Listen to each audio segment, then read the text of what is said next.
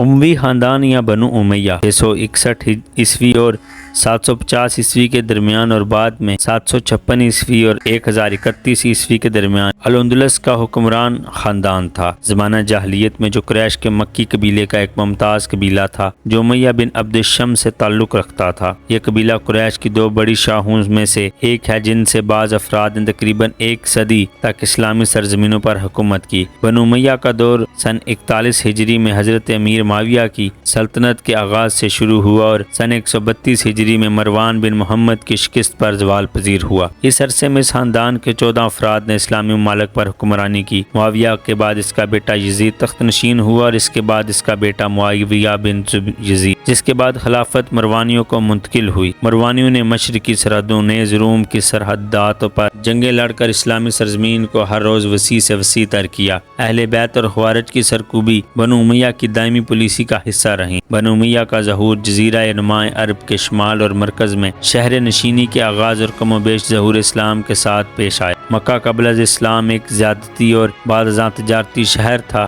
روم کے شامی قلمروں کے ساتھ ہاشم بن عبد مناف کے تجارتی تعلق نے مکہ کے باشندوں کی حالت بدل دی۔ ہاشمی اور اموی بنیادی طور پر قریش کے ہی ذیلی قبیلے ہیں، جن کا فرق آسان الفاظ میں یہ ہے کہ ہاشمی ہاشم بن عبد مناف، اموی امیہ بن عبد الشمس بن عبد مناف۔ چنانچہ یہ بنی ہاشم اور بنی امیہ کا نسب عبد مناف سے جا ملتا ہے۔ تایا ہاشم کے ساتھ حسد کیا، تاہم صاحب ثروت ہونے کے باوجود کشادہ دستی کا مظاہرہ نہیں کر سکا اور عوام کے درمیان خوار ہوا، حتیٰ کہ اس کا کام ہاشم کے ساتھ اختلاف اور تنازع کی صورت اختیار کر گیا اور 10 سال تک شام میں جلا وطنی کی سی زندگی گزارنے پر مجبور ہوا۔ کہا جاتا ہے کہ امیہ کے 10 بیٹے تھے، حرب، ابو حرب، سفیان و ابو سفیان۔ ان چاروں کو نابس کہا جاتا تھا۔ آس، ابو العاص، ایس، ابو العیس، یہ 4 ایاس کے عنوان سے مشہور ہیں۔ عمرو اور ابو عمرو ان میں سے 2 افراد طفولت میں ہی انتقال کر گئے اور 2 مقطوع نسل ہوئے۔ حرب امیہ کا بڑا بیٹا اور ابو سفیان کا باپ تھا جو زعمائے مکہ میں شمار ہوتا تھا۔ وہ کچھ عرصہ عبد المطلب بن ہاشم کا دوست تھا اور ان کے درمیان چال چلن کا بھی سلسلہ جاری تھا، لیکن آخرکار ان کا کام بھی جھگڑے اور جرگے پنچایت پر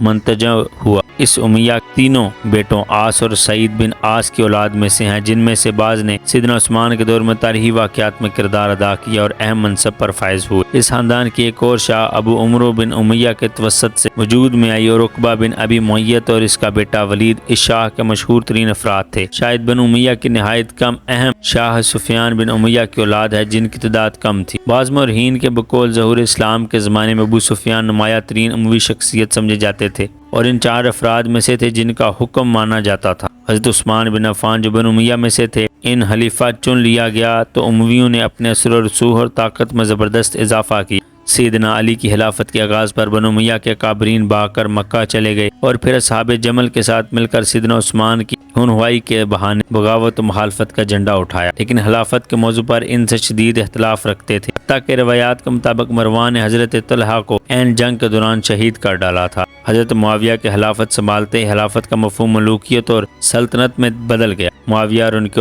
اعوان و انصار نے بارہا اپنی حکومت کے لیے ملک یا بادشاہت کا لفظ استعمال کیا۔ مروی ہے کہ سیدنا عمر بن خطاب نے معاویہ کو کسرائے عرب کا خطاب دیا تھا، حتیٰ کہ معاویہ خود اپنے لیے کہتے تھے کہ میں عربوں کا پہلا بادشاہ۔ حضرت معاویہ کی کوششوں سے یزید کو خلافت کے لیے نامزد کیا گیا۔ یزید کے دور حکومت میں بہت سے اسلامی مظاہر و اقدار کو حملے اور فوج کشی کا سامنا کرنا پڑا۔ سن 61 ہجری عیسوی میں واقع کربلا، سن 62 ہجری میں مسلم بن عقبہ کے ذریعے واقع ہرا اور کعبہ کو نظر آتش کرنے کے واقعات پر تاریخی منابع میں درج ہیں۔ اسلامی پیغمبر حضرت محمد صلی اللہ علیہ وسلم کی سخت مخالفت کے باوجود امیوں نے 632 میں آپ کی وفات سے پہلے اسلام قبول کیا۔ حضرت عثمان امیہ قبیلے سے حضرت محمد کے ابتدائی ساتھی تیسرے خلیفہ تھے جنہوں نے 644 ہجری میں حکمرانی کی، جبکہ دیگر اراکین نے مختلف گورنری سنبھالی۔ ان گورنروں میں سے ایک شام کے معاویہ اول نے پہلی مسلم خانہ جنگی میں حضرت علی کی مخالفت کی اور اس کے بعد اموی خلافت کی بنیاد دمشق میں رکھی۔ اس سے اموی خاندان کا آغاز ہوا جو اسلام کی تاریخ کا پہلا مورثی خاندان اور اپنے وقت کی پوری اسلامی دنیا پر حکمرانی کرنے والا واحد خاندان ہے۔ دوسری مسلم خانہ جنگی میں اموی حکومت کو چیلنج کیا گیا تھا، جس کے دوران 684 عیسوی میں معاویہ کی صفانیت کی وجہ